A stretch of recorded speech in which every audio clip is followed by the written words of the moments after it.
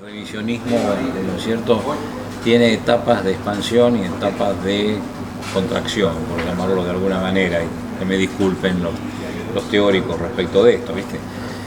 Y eso se explica, ¿no es cierto?, no por la potencialidad misma de lo que significa revisar la historia y releerla en una perspectiva diferenciada de la lectura, digamos así, consagrada, de carácter académico, incluso con lo que sería la historia oficial, etcétera, etcétera, sino que eso tiene que ver un poco con la demanda social de un conocimiento histórico identitario que por ahí de pronto encuentra en la producción revisionista, ¿cierto?, los componentes simbólicos básicos para esa condición, ahora, para ese proyecto.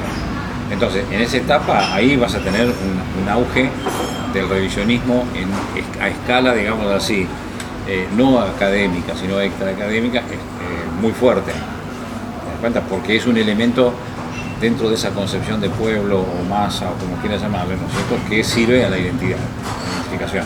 Entonces, uno que vivió ese estallido del revisionismo histórico, neorrevisionismo como lo llaman algunos, después del 55, porque mucha gente que ni siquiera había leído un libro de historia ponía el retrato de Rosas en su casa. Y vos me preguntás, ¿y por qué? Porque, viste, yo me estoy identificando en la oposición, ¿no es cierto?, activa frente al orden establecido. Esta es mi bandera de la resistencia. Después pueden haber leído y haberse nutrido del discurso revisionista, ¿no es cierto?, que fue escalando mucho más hondo y transformándose en lo que, ¿no es cierto?, Halperin, por ejemplo, llama el sentido común de los argentinos. Ahora, eso, si vos lo analizás históricamente, tiene etapas de, digamos así, de expansión y tiene etapas de, digamos así, de achicamiento. La década del 50, en la época del primer peronismo, no había resistencia popular a Perón en ese momento. Por lo tanto, la única discurso historiográfico vigente era el liberal, y en clave socialista más que de otro tipo. ¿Te das cuenta? Y el revisionismo quedó ahí, casi algunos diciendo de que se quedaba subsumido en la repatriación de los restos de Rosa. Después del 55, ¡boom!, vuelve otra vez a tener un auge muy fuerte. Después del 76 en adelante, el revisionismo, ¿no es cierto?, entra en una etapa también de declinación. ¿Te das cuenta?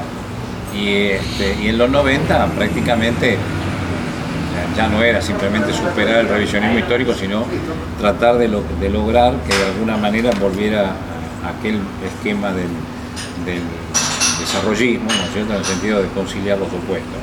El almirante Rojas se abraza con Menem, ¿cierto?, y Menem trae los restos de Rosa Argentina. Ahora, el revisionismo en la década del 2000, el 2001, hay un intento de recomponer esto otra vez, pero yo creo que ese revisionismo no queda simplemente resuelto con reivindicar la figura de Dorrego como líder popular y nacional. Me parece que ahí se dio un paso adelante, pero no llegó a tener, ¿no es cierto?, la repercusión que debería tener, que podría haber tenido, mejor dicho. Y por otro lado, yo creo que, no sé, todavía estaremos en una situación en la cual uno piensa, y bueno, el Instituto Manuel de Rosas está a punto de desaparecer, según dicen algunos, y otros dicen, ¿y hoy en día qué dice? Y yo creo que hoy en día el revisionismo, ¿no es cierto?, tampoco queda sumido, mejor dicho, en simplemente explicar a Rosas, ¿no es cierto?, frente a Rivadavia o frente a Mitre, ¿no es cierto?, sino, ¿no es cierto?, un revisionismo tiene que estar ahora nutrido, ¿no es cierto?, de la composición simbólica de lo que los sectores populares pudieron haber producido en el siglo XX. ¿Te das cuenta? No hay eso. Seguimos peleando, lo mismo ocurre con el mundo académico. Ahora, el revisionismo actual puede ser una alternativa a la historia oficial, y yo te pregunto, ¿cuál es la historia oficial? Ahí hay un gran interrogante. Lo que sí te podría decir es que hay una historia académica. ¿Te das cuenta? Ahora, el academicismo histórico, historiográfico en este momento, es un espacio, ¿no es cierto?, cerrado, ¿no es cierto?, que difícilmente trasciende hacia afuera, porque nuestros historiadores, desde la década del 80 y del 90 en adelante, qué sé yo, no se dedican a producir para las masas, entre comillas, lo de masas. ¿Entiendes? Entonces producen para ellos, porque están encerrados dentro de un círculo, ¿no es cierto?, muy corporativo, se quiere. Habrá que esperar, y eso tiene que ver un poco con las generaciones jóvenes, ¿no? Ustedes se atreven, ¿no es cierto?, argentinos, trabajar en una visión, ¿no es cierto?, nacional y popular de la historia argentina.